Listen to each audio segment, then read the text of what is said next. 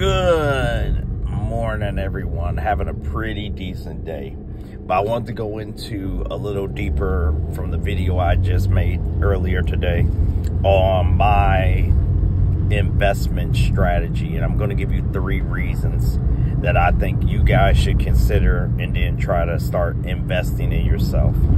Number 1, you have to believe in you will not get financially free by working a job.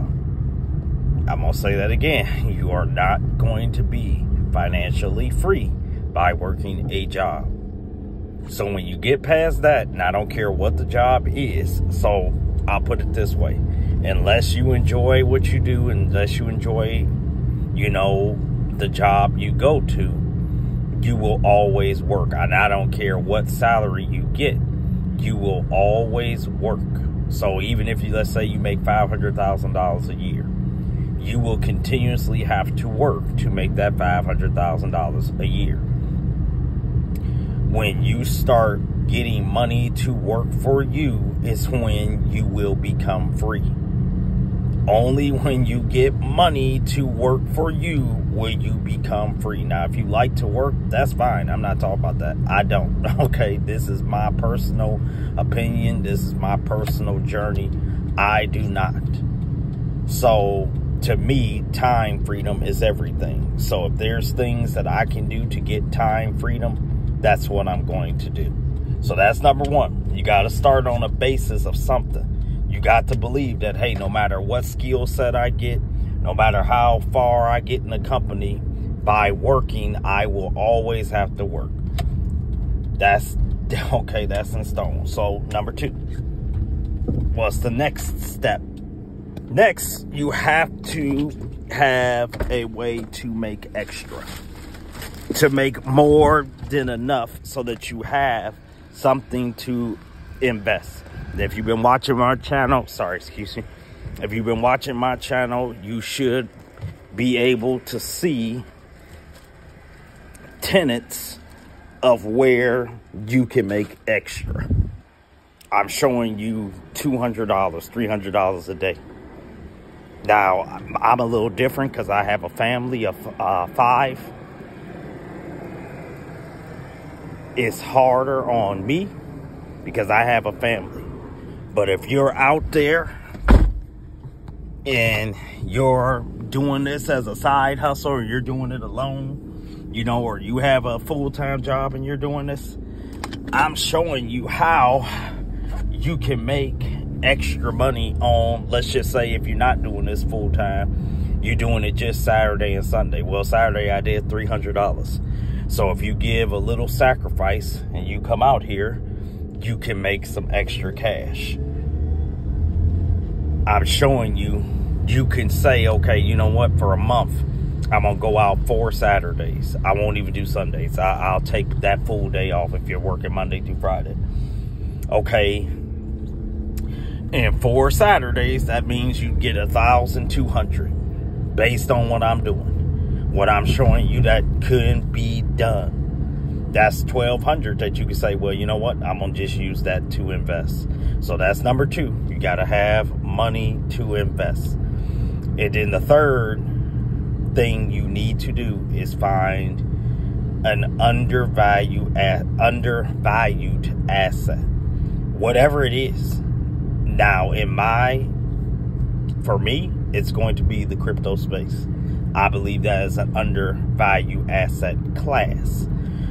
There are things that you will see that you could say, hey, I'm looking at a house. I see that's completely undervalued. They want $25,000. I can see it selling for $200,000. You have to find a undervalued asset. Whatever the asset you deem, as you guys recall, maybe 2 years ago, it's in the videos if you want to look back. I have shoes that I bought that have now went up in value, that I'm getting ready to sell to stick those shoes into the crypto assets because I see it as being an undervalued asset class. I believe the whole space is going to grow. I believe we're looking at like 20, 30x in time. So to me, that whole space is undervalued. So to me, it's kind of like, not saying you should, and like I said, not financial advice, but to me, it's almost like you could throw a dart at some of these cryptos. I'm not saying meme coin. I'm saying if you have any bit of a mind to really look into the space, find a good coin, you can find it. I mean, one place I would start, hint, is the ISOs. Look at those coins, the ones that have already went through the process of not being deemed a security. So your Bitcoin, that hasn't been deemed a security. So now you don't have to worry about the SEC coming in and saying, okay, hey, we're going to ban this. Okay, the second group you should look at are those. The Ripples, the Stellars, okay, the H-bars. You know, if you don't want to, you want to be risky but not uberly risky, start there. So I'm saying there's always, and I've read this in Rich Dad, Poor Dad by Robert Kiyosaki. One way you take the risk out of things is by gaining more knowledge. The more knowledge you gain, the less risky what you do, the less risk you really put on yourself. Not saying it can't all go bust. Anything can go bust. You know, like you see me out here, my car could go bust. Okay, anything can happen at any time. Your job is just to find what's the best avenues that you can go into. So I hope that, guys, that leads you into your own investment strategy. But that's my investment strategy. So based on my investment strategy, that's kind of where I'm going to be flowing. So you guys stay blessed. I will get at you guys later. We're having a great day today. I'll be giving you updates on the day. But you guys take care. Stay blessed.